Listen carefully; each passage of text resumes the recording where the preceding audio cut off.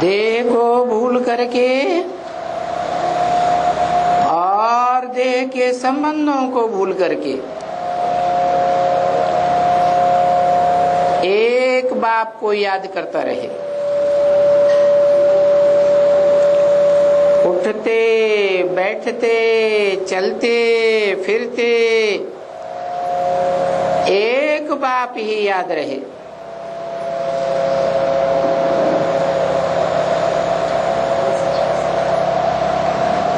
क्योंकि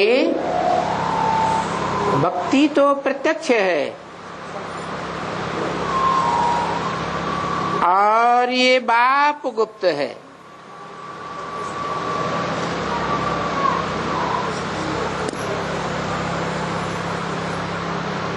कौन सा बाप?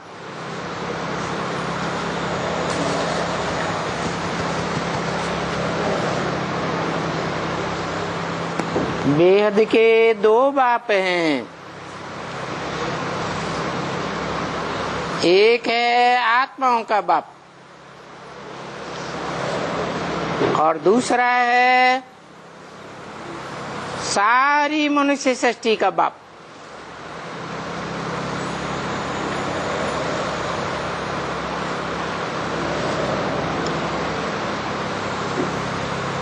और भक्ति मार्ग में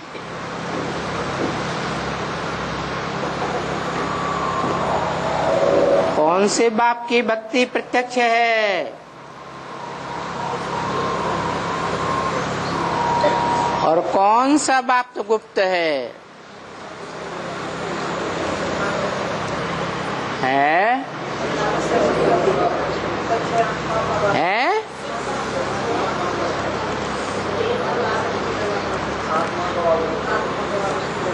आत्माओं का बाप गुप्त है। सारी दुनिया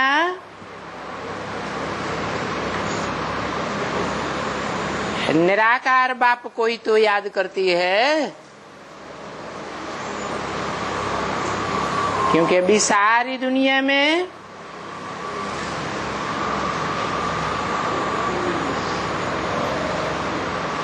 वो बाप सर्वव्यापी मान बैठे हैं। तो प्रत्यक्ष है या गुप्त है? दिखावा है तो प्रत्यक्ष है, नहीं तो गुप्त है। परंतु कौन सा बाप गुप्त है?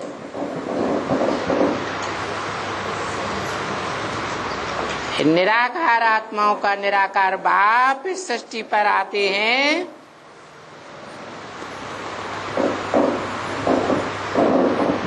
तो साकार मनुष्य सृष्टि के बाप में प्रवेश करते हैं।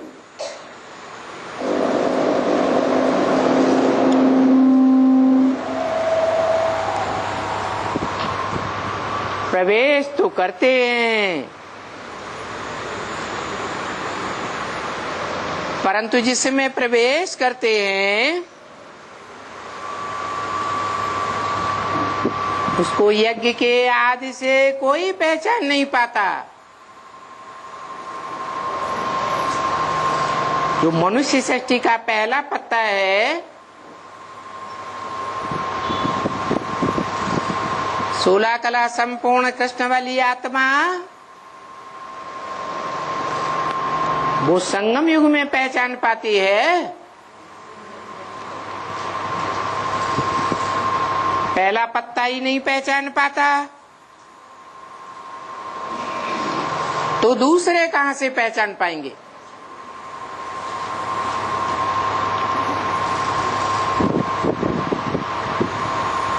तो उस मनुष्य सृष्टि के बाप की पहचान कौन देता है?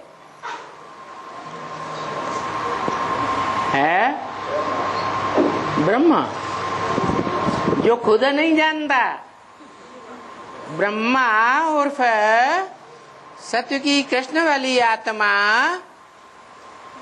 खुद ही नहीं जानती कि बाप कौन है, और न जानने के कारण अपन को ही गीता का साकार भगवान समझे बैठे है।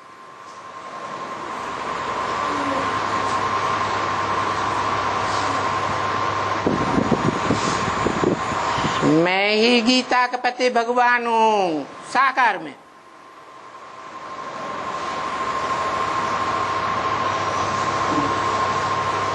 अब गीता पति भगवान 16 कला संपूर्ण देवता बनने वाली आत्मा होगी या कलातीत आत्मा होगी।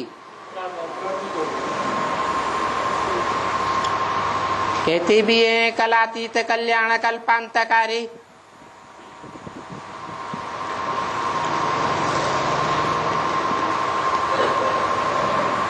तो जो कलाओं से भी परे है,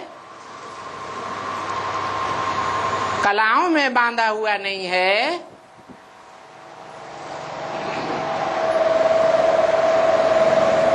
तो सूर्य है।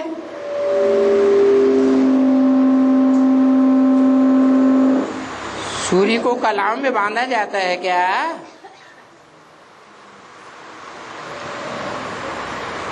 सूर्य कलाओं से बाधित है।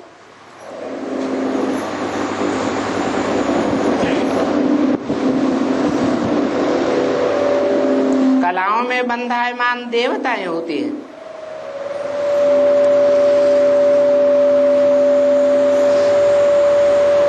और देवताओं को देवता बनाने वाला भगवान होता है।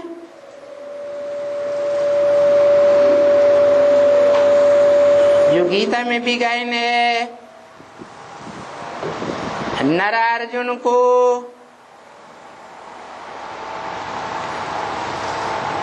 गीतापति भगवान ने ऐसा ज्ञान दिया जो नर अर्जुन नारायण बन।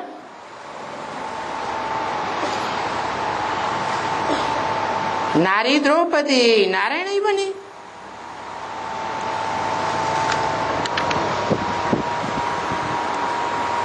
तो बनाने वाला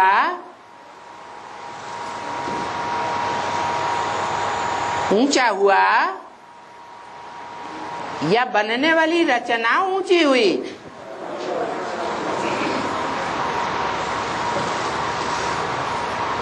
तो बनाने वाला कौन?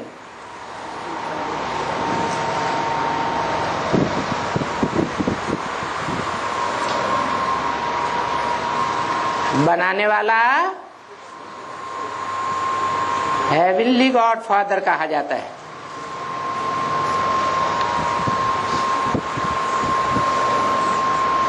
अंग्रेज भी मानते हैं हेवन का रचयिता, स्वर्ग का रचयिता गॉड फादर। मुसलमान भी मानते हैं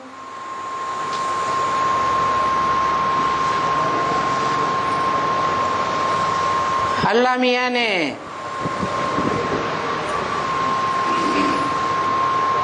हेवन की रचना की, जन्नत की रचना की, और आदम को जन्नत में भेजा।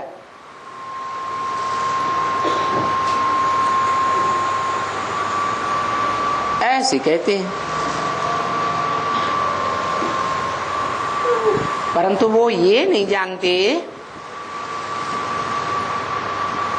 न क्रिश्चियंस जानते हैं न मुसलमान जानते हैं कि हेवन अर्थात स्वर्ग साकार है या निराकार है? साकार है। तो साकार का रचयिता साकार होना चाहिए या निराकार होना चाहिए?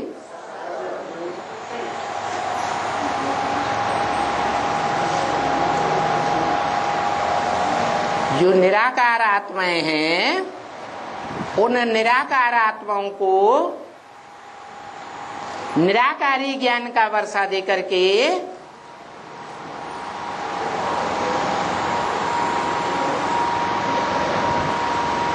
अपना अपना परिचय देने वाला निराकार बाप है। उसका वर्षा भी निराकार है, बाप भी निराकार है। तो वो निराकारी बाप इस सृष्टि पर आता है तो किसके पीछे भाग के आता है?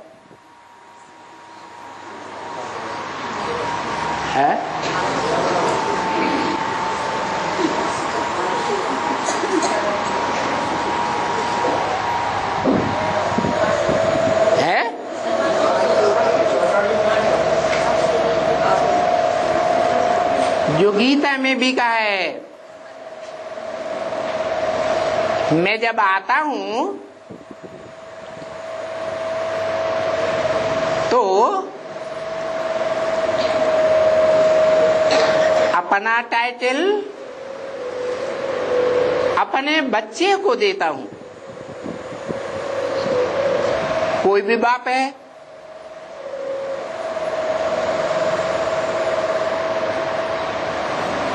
अपना टाइटल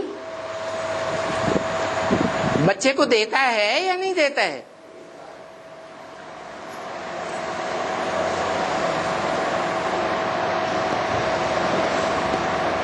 तो वो निराकार बाप निराकार आत्माओं का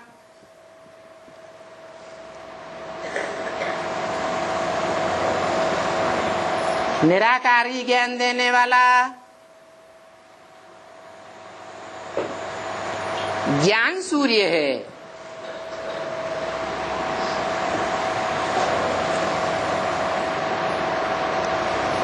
और हम बच्चे सितारे हैं।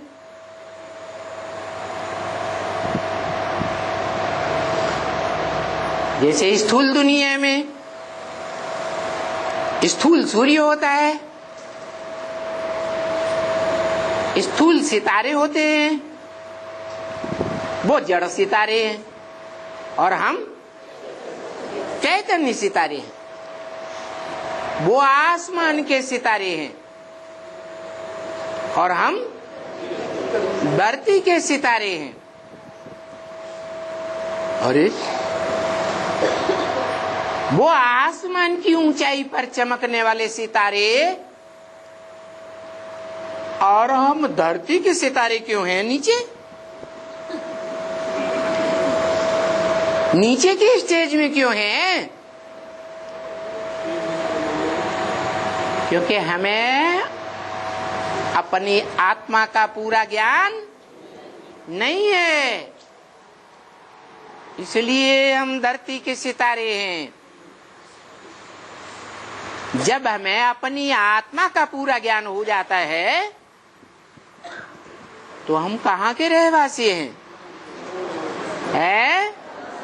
सूरज चांद सितारों से भी पार ब्रह्मलोक के वासी हैं।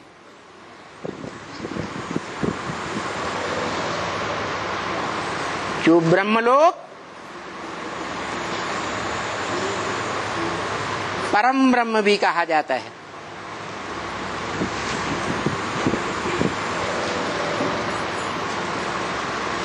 वो हमारे रहने का मूल स्थान है।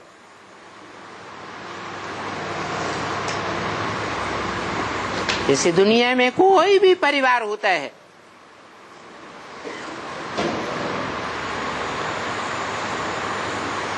वसुदैव कुटुंबकम तो बाद की बात है,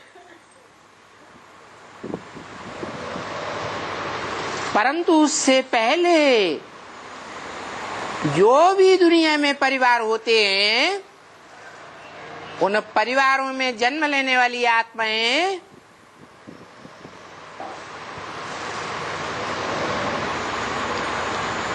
कहाँ से आती हैं?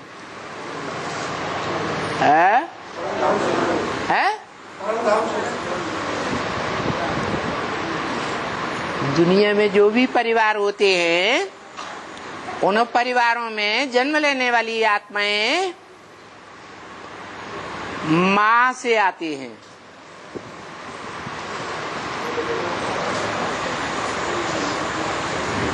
तो उनका मूल घर कौन सा हुआ? माता हुआ ना।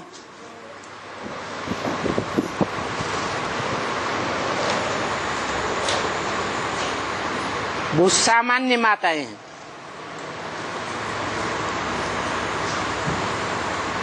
और यहाँ है बेहद की बात। बेहद का बाप है, बेहद के बच्चे हैं।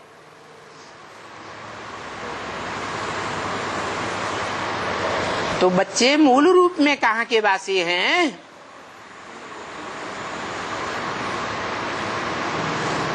साधारण रूप में कहा जाए ब्रह्म के वासी हैं, परंतु ब्रह्मा नाम के तो अनेक हैं।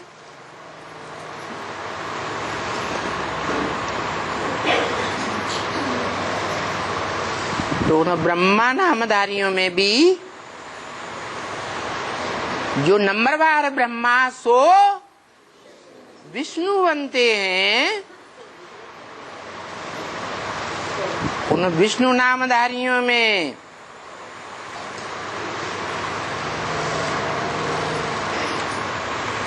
अव्वल नंबर कोई होगा या नहीं होगा? क्योंकि विष्णु की 4 भुजाएं तो मददगार आत्माओं की सूचक हैं।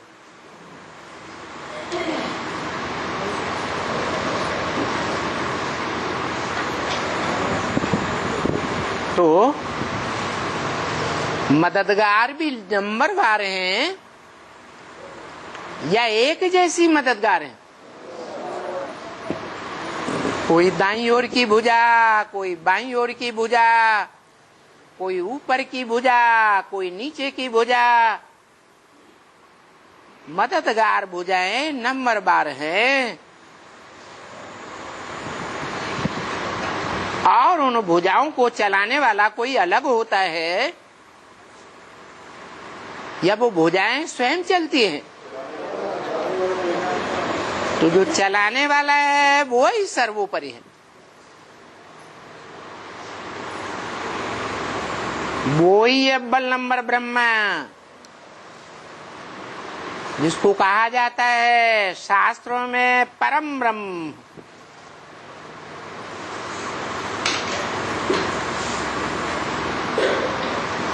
कैसी बड़ी माँ? परम माने बड़ी, माँ माने माँ, परम ब्रह्म। अव्वल नंबर ब्रह्मा।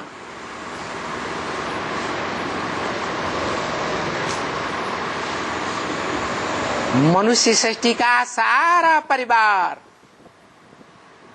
उस ब्रह्मा के बुद्धि रूपी पेट में रहता है।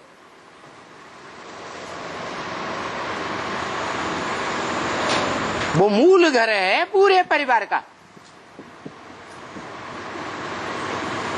हद के परिवार में भी जो भी भांति होते हैं,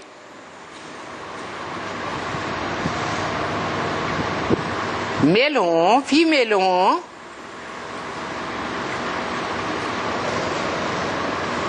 मूल रूप में कहाँ के वासी रहे हैं? है? अरे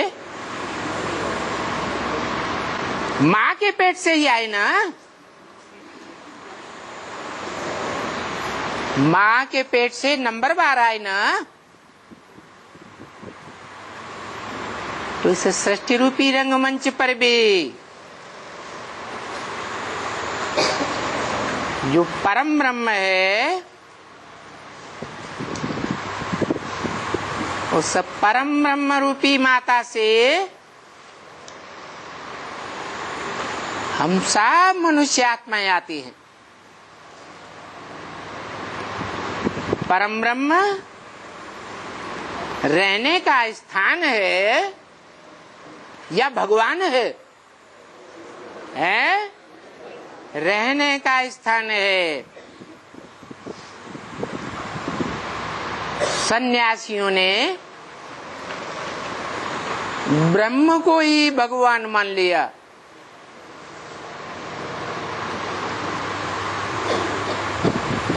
और ये दुनियावी सन्यासी तो बाद की बात, ब्रॉड ड्रामा में होते हैं दुनियावी सन्यासी, लेकिन उनकी रिहर्सल करने वाले कौन? ये दुनिया एक रंगमंच है ना, तो रंगमंच पर डायरेक्टर भी होता है, मुख्य एक्टर भी होता है, हीरो पार्टधारी भी होता है, नंबर बार एक्टर्स भी ढेर के ढेर होते हैं।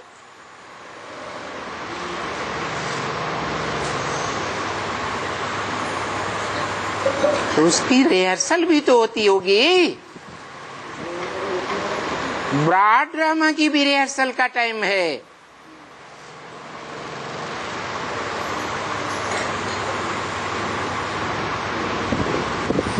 जिसका इशारा गीता में भी दिया हुआ है।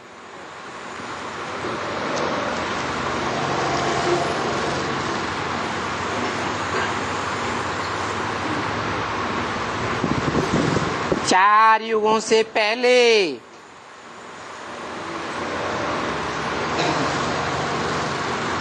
चतुर्युगी से पहले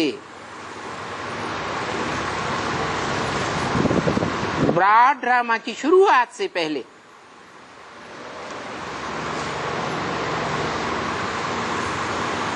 रिहर्सल का टाइम होता है।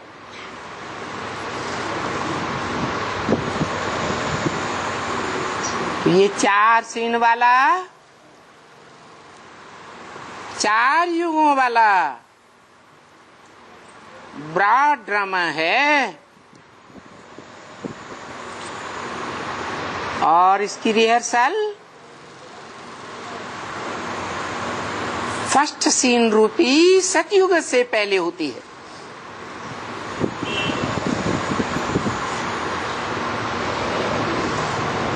तो जरूर सतयुग से पहले कलयुग रहा होगा और कलयुग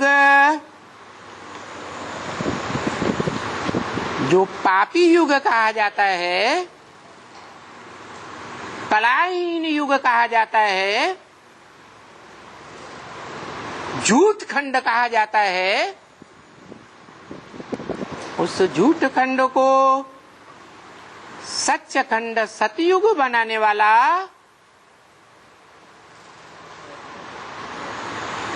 सत्य बाप ही होगा। कोई झूठा बाप नहीं हो सकता। और सत्य एक होता है या अनेक होते हैं। अंग्रेज लोग भी कहते हैं गॉड इज वन।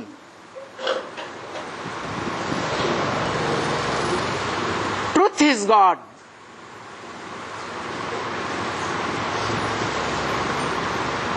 सच्चाई को ही भगवान कहा जाता है।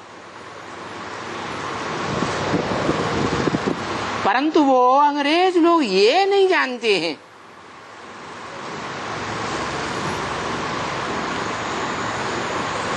कि जिसे भगवान कहा जाता है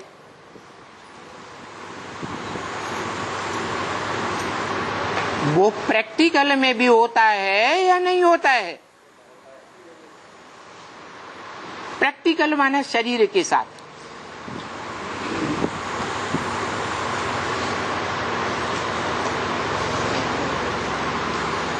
तो भगवान को निराकार मानते हैं। दूसरे धर्म वाले सभी भगवान को क्या मानते हैं? है निराकार मानते हैं। भारतीय धर्मों को ले लो, बौद्ध धर्म, सन्यास धर्म, सिख धर्म, आर्य समाज,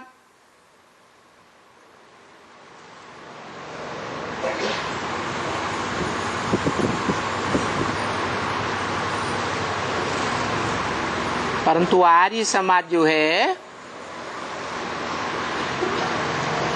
वो तो कोई धर्म को नहीं मानने वाला है।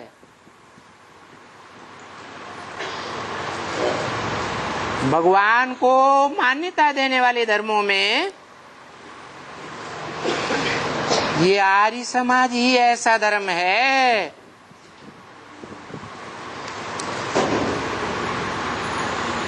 जो भगवान को तो मानता है,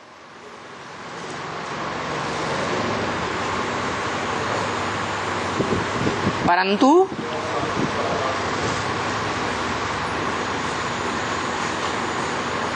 साकार को नहीं मानता।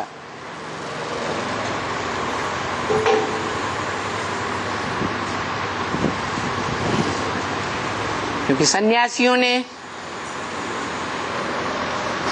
शंकराचार्य को भगवान शंकराचार्य बताई दिया,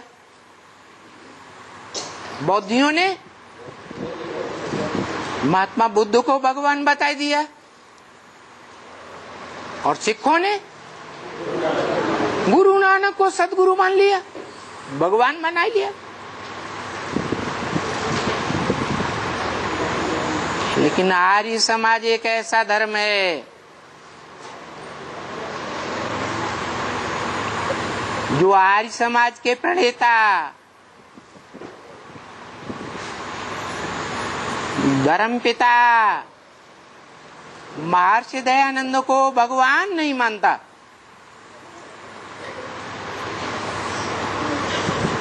माना किसी भी रूप में भारत में पनपने वाला धर्म होते हुए भी भगवान को साकार नहीं मानता।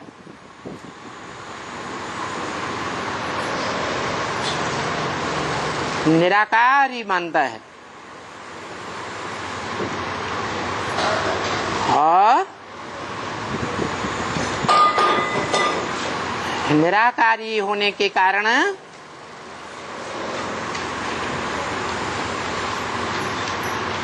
आधा नास्तिक कहा जाता है।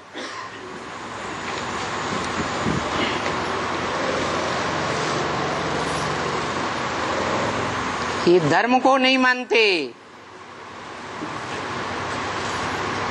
भारत में पनपने वाला साकार या निराकार भगवान को मानने वाला ये धर्म ऐसा है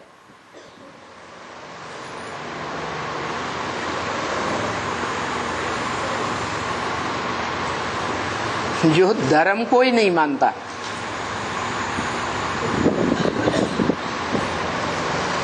इस धर्म को मान्यता देने वाले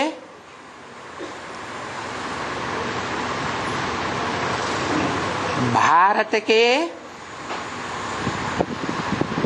जो आखिरी शासक हैं, जिन्हें कांग्रेस गवर्नमेंट कहा गया,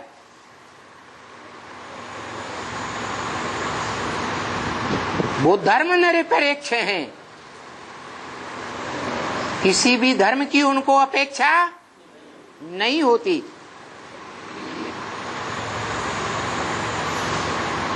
धर्म की ही अपेक्षा नहीं,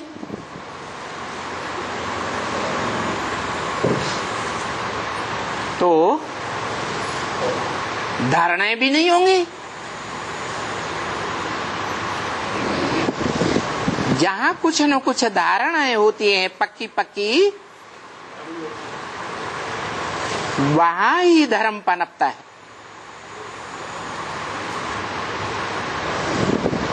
इसलिए कोई धर्म को न मानने का कारण भी तो होता है। ये वही आत्माएं हैं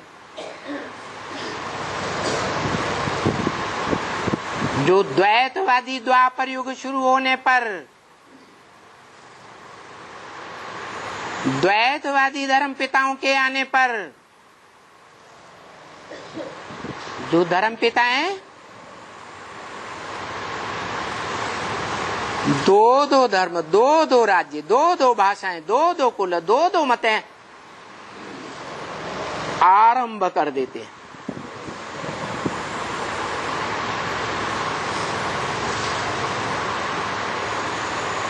और भारतवासी द्वापर युग से आए हुए उन द्वैतवादी धर्म पिताओं के प्रभाव में आते जाते हैं।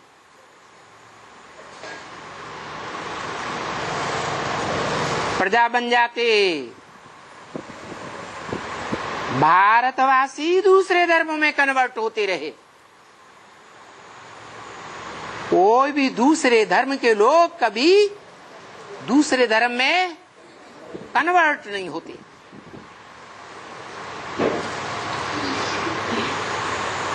परंतु उन भारतवासियों में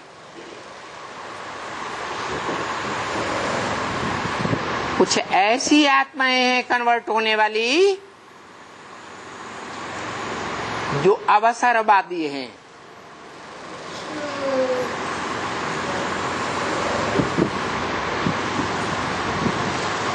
जहां देखते हैं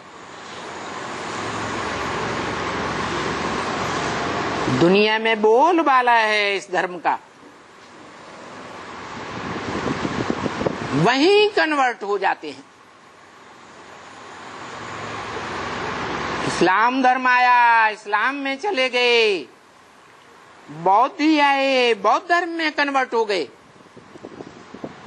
क्राइस्ट आया, क्रिश्चियन धर्म में कन्वर्ट हो गए। पहले पहले धर्मों से उनकी आस्था टूटती रहती है और नए नए धर्मों में आस्था पैदा कर लेते हैं। तो समझा जा सकता है ये अवसरवादी हैं या अवसरवादी नहीं है।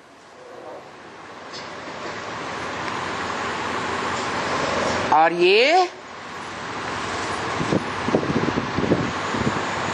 आस्तिक कहे जाने वाले भगवान को मानने वाले धर्मों में ये दुनिया का एक आखिरी धर्म है। मठपंथ कह दो।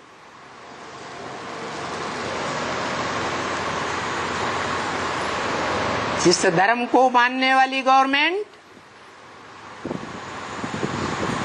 कांग्रेस गवर्नमेंट के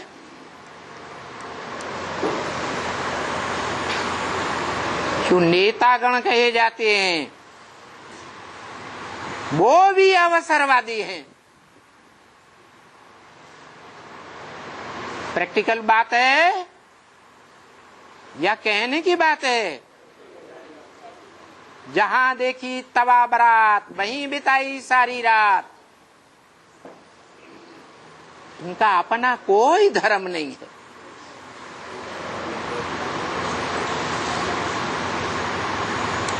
कोई धारणा नहीं है।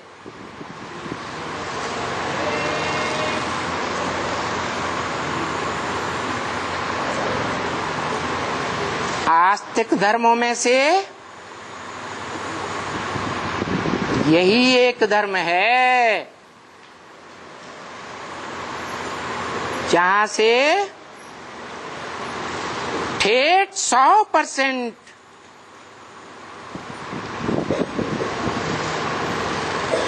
नास्तिक पैदा होते हैं।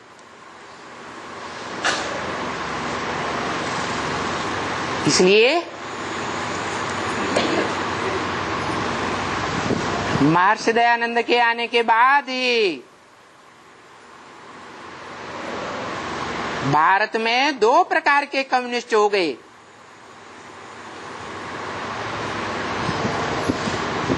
भगवान को मानने वाले भारतीय कम्युनिस्ट पार्टी और दूसरी जो रशिया में चलती है। कोई धर्म को नहीं मानते, कोई धर्म पिता को नहीं मानते, धर्म पुस्तक को नहीं मानते।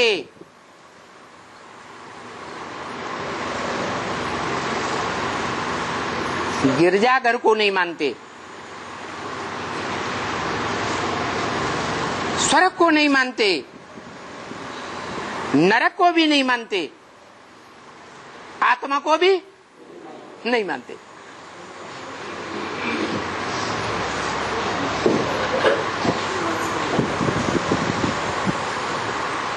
तो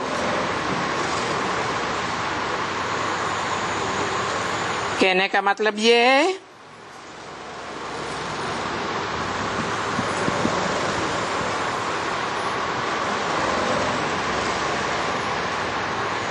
ये पक्का पक्का देह अभिमानी धर्म है।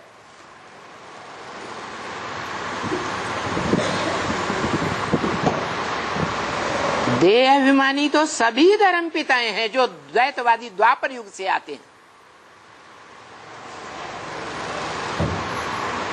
पंचभूतों से बनी हुई देह को ही महत्व देते हैं।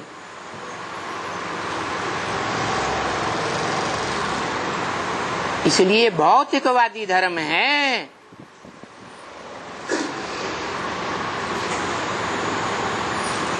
और इनके फॉलोअर्स भी भौतिकवादी हैं।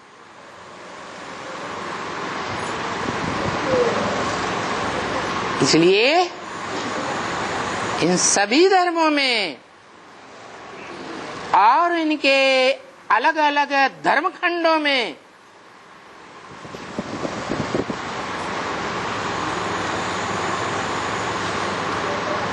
भौतिकवादी पढ़ाई ही पढ़ाई जाती है।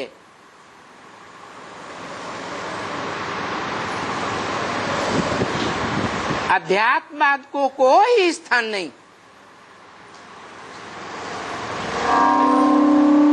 और भारतवासियों का ये हाल है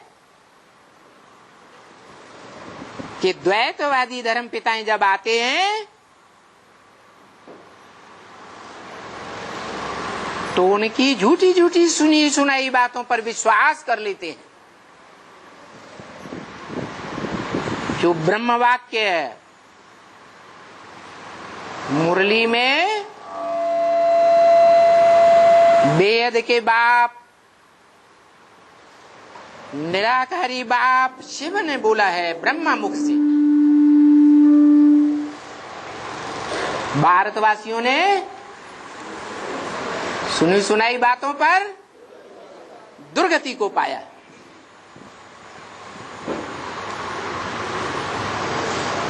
नहीं तो गीता ज्ञानदाता का आदेश है, स्वधर्मे निधनम से परधर्मो भयावह। अपने धर्म में मर जाना अच्छा है। परधर्म और स्वधर्म, स्व माने आत्मा, आत्मा का धर्म, पर माने देह, पर माने प्रकृति, स्व माने आत्मा, पर माने प्रकृति। पांच तत्वों का संघात प्रकृति कही जाती है। पृथ्वी, जल, वायु, अग्नि, आकाश, इन पंच तत्व से ये अधम शरीर देह बनती है। तो देह विनाशी या आत्मा अविनाशी? देह विनाशी है और देह के धर्म पिताओं के द्वारा पढ़ाई जाने वाली पढ़ाइयां, शिक्षा, वो भी विनाशी है। आत्मा अविनाशी है। आत्माओं का बाप भी अविनाशी है, परंतु आत्माओं का बाप जो शिव है,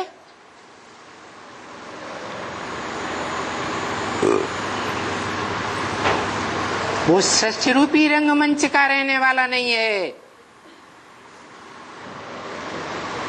कहाँ का रहने वाला है?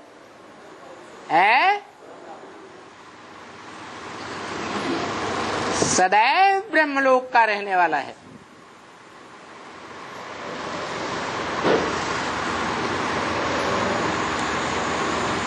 परम ब्रह्म का वासी है।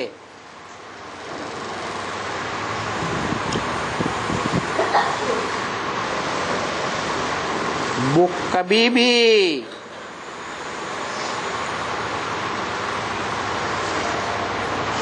देह में बुद्धि से बास ही नहीं करता। भले इस सृष्टि रूपी रंगमंच पर आता है, कलयुग के अंत और सतयुग के आदि के संगम पर आता है, पतित से पतित कामी कांटे में आता है, परंतु वो बुद्धिमानों की बुद्धि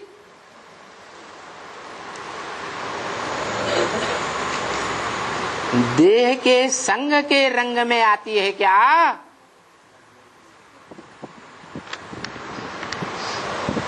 देह में आते हुए देह से प्रभावित होती है क्या? है? नहीं होती। और धर्म पिताएं, धर्म पिताएं देह के संग में आते आते एक ही जन्म में प्रभावित हो जाते हैं, संग के रंग में रंग जाते हैं। तो जो संग के रंग में रंगने वाली बुद्धि है, आत्मा है,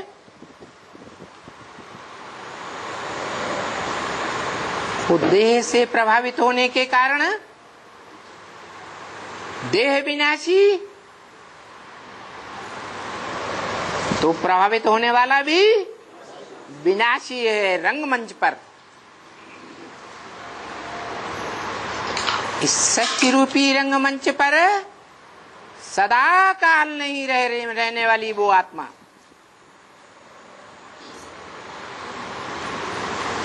तो उनका धर्म भी सृष्टि पर सदा काल का नहीं हो सकता।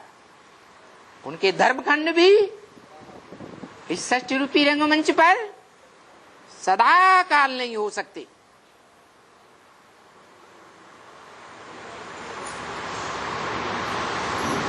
चाहे वो बौद्धि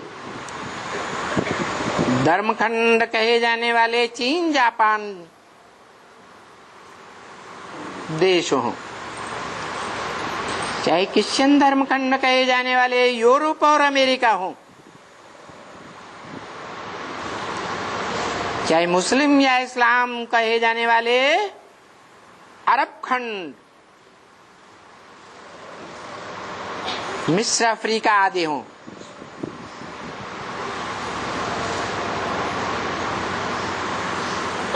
चाहे वो ऑस्ट्रेलिया,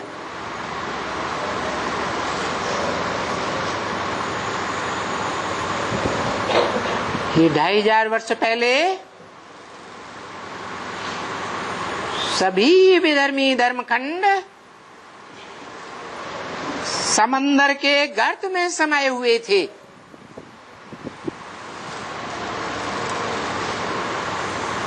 और अभी भी कलयुग अंत में महाविनाश होगा तो फिर से समंदर के गर्त में समा जाएंगे।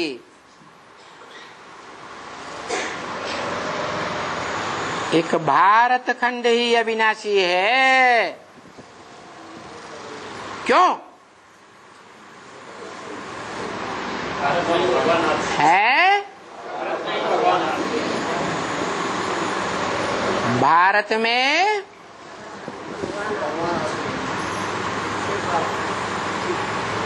जो सत्य सनातन धर्म का स्थापन करने वाला धर्म पिता है,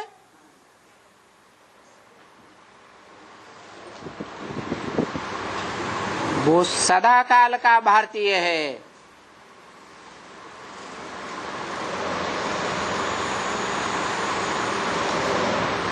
नाम ही है भारत। भा माने ज्ञान की रोशनी, रत माने लगा रहने वाला, सदा काल ज्ञान की रोशनी में लगा रहने वाला है। इसलिए वो भारत खंड भी कैसा है? अविनाशी धर्म खंड है। और धर्म भी सत्य सनातन धर्म है। इस धर्म का कभी इस संसार में लोप होता ही नहीं। हाँ, प्रायः लोप होता है, लेकिन संपूर्ण लोप नहीं होता। और धर्म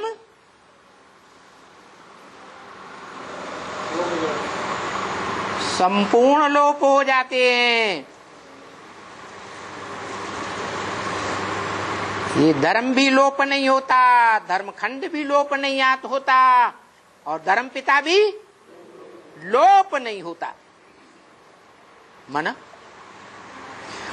इस सृष्टि रूपी रंगमंच पर चारों युगों में मौजूद रहता है या लोप हो जाता है? मौजूद रहता है। कौन है वो आत्मा? वो आत्मा सुप्रीम सोल बाप है, निराकार आत्माओं का बाप, या साकार मनुष्य सृष्टि का बाप?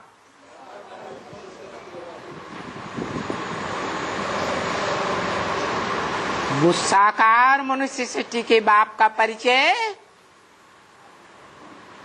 कौन देता है?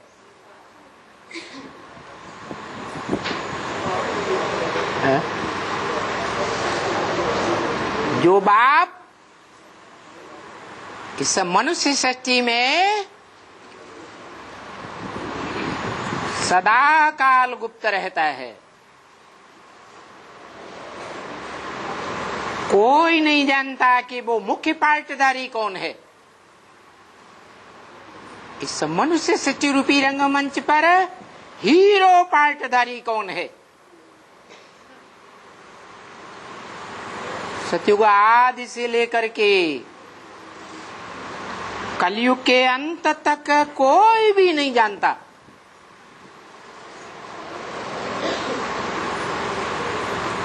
इस मनुष्य सृष्टि रूपी रंगमंच पर पार्ट तो बजाता है,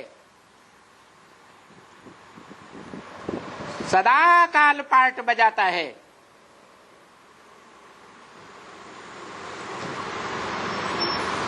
लेकिन उसे कोई भी पहचान नहीं पाता।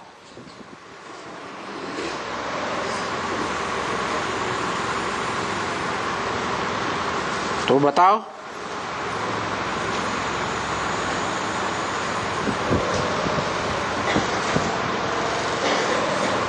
उस बाप को गुप्त कहें या प्रत्यक्ष कहें? है गुप्त।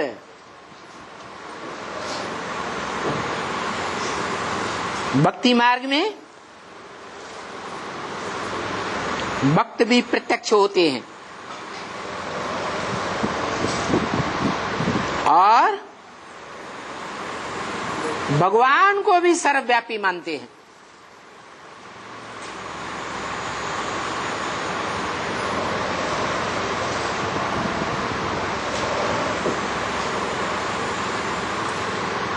भक्ति में दिखावा बहुत होता है। सच्चाई कुछ भी नहीं।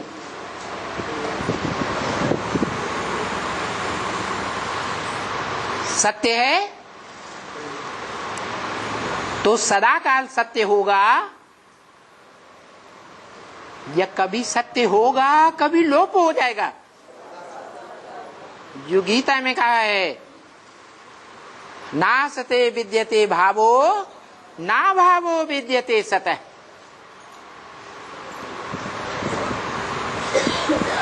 जो सत्य होता है उसका सच रूपी रंगमंच पर कभी अभाव नहीं होता। तो बताओ,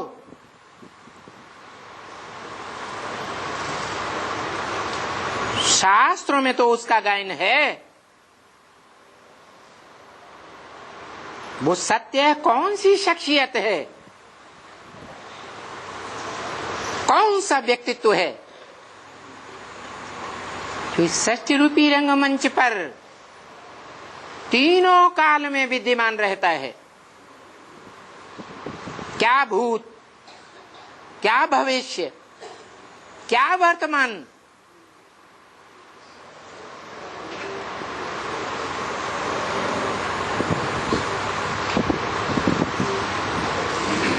वो तीनों काल में रहने वाला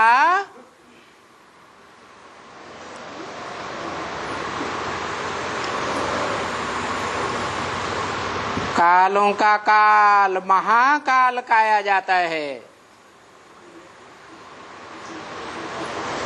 सारी दुनिया काल के गाल में समा जाती है,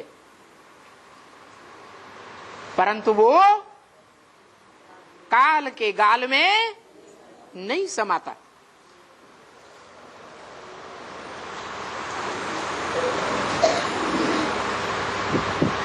फिर भी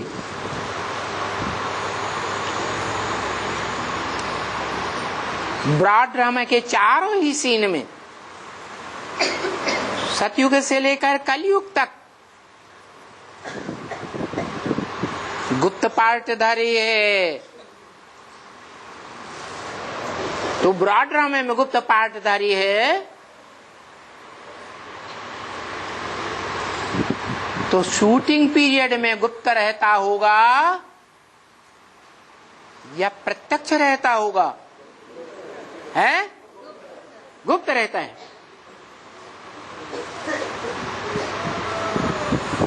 माना अभी वर्तमान में भी कोई उस पाठधारी को पहचानता नहीं। अरे है, पहचानता है? अंत में पहचानते हैं। अभी कोई नहीं पहचानता। झूठा ही निश्चय पत्र लिख के दे देते हैं।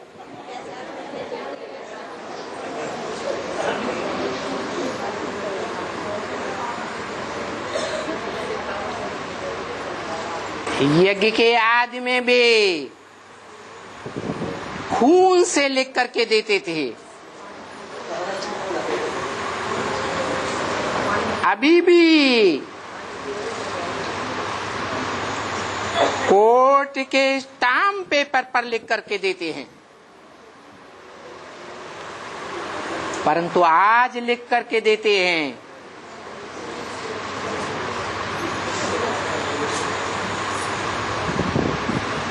निश्चय बुद्धि देखने में आते हैं। बाप को पहचानने वाले निश्चय बुद्धि बच्चे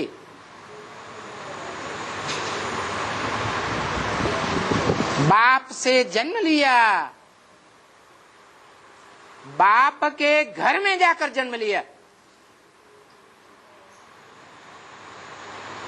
बच्चा बच्चा कब कहा जाता है? जब बाप के घर में जाके जन्म ले।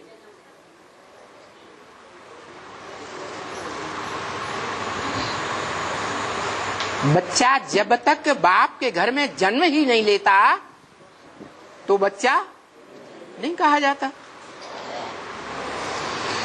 चाहे बोहद के बच्चे हों दुनिया के, चाहे बेहद के ब्राह्मणों की दुनिया के बच्चे हों,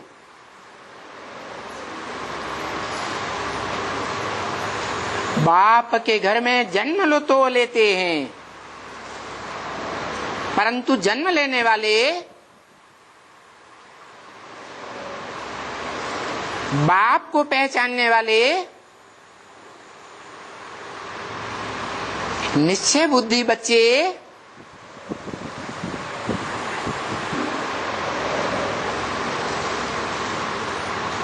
मृत्युलोक में हैं या अमरलोक में हैं? है? मृत्युलोक के वासी हैं। जिस मृत्युलोक के लिए ये गायन है, ध्रुवम जन्मामृतस्य च, क्या है? क्या गायन है? मृत्युलोक का ये खास गायन है। जिसका जन्म हुआ उसकी मृत्यु भी होती, और जिसकी मृत्यु होती उसका जन्म भी होता है। उसे मृत्युलोक कहा जाता है।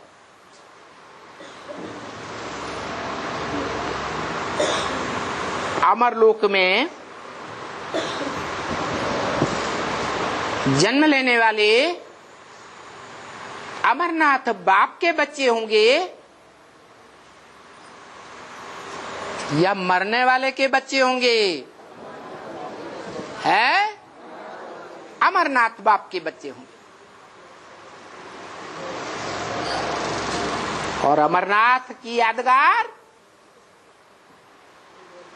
दुनिया के जितने भी यादगार मंदिर हैं, उन्हें यादगार मंदिरों के बीच सबसे ऊंची स्टेज पर है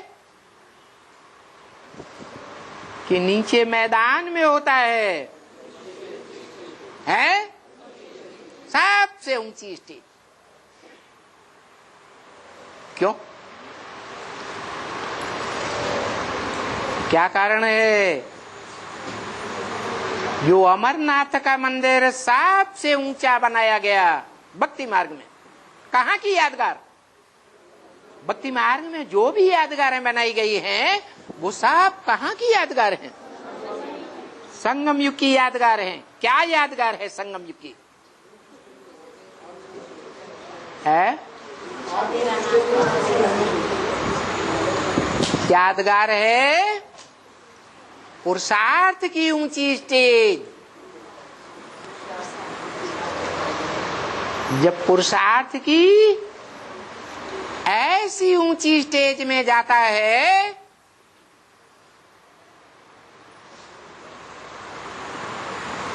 मृत्युलोक का वासी, सारी मनुष्य सृष्टि का बीज मृत्युलोक का ही तो वासी होता है, नहीं है? परंतु याद की जो अंतिम स्टेज है, उस याद की सर्वोच्च शिखर पर पहुंचने के बाद उसका यादगार अमरनाथ मंदिर बनाया गया है। जिस अमरनाथ मंदिर में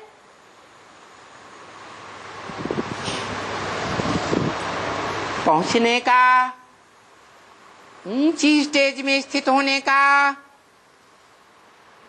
ऐसा कौन सा यादगार कर्म है जो इतना ऊंचा यादगार अमरनाथ मंदिर बनाया गया? कोई यादगार खास दिखाया जाता है उस मंदिर में क्या? है बर्फ का लिंग। अरे लिंग भी कोई बर्फ का होता है क्या?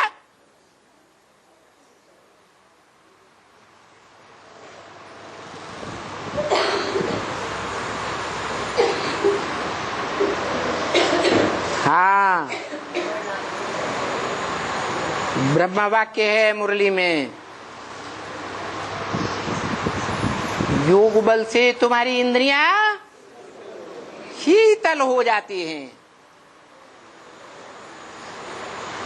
इन शीतल हुई इंद्रियों का यादगार अमरनाथ के मंदिर में है, बर्फ का लिंग दिखाया गया है।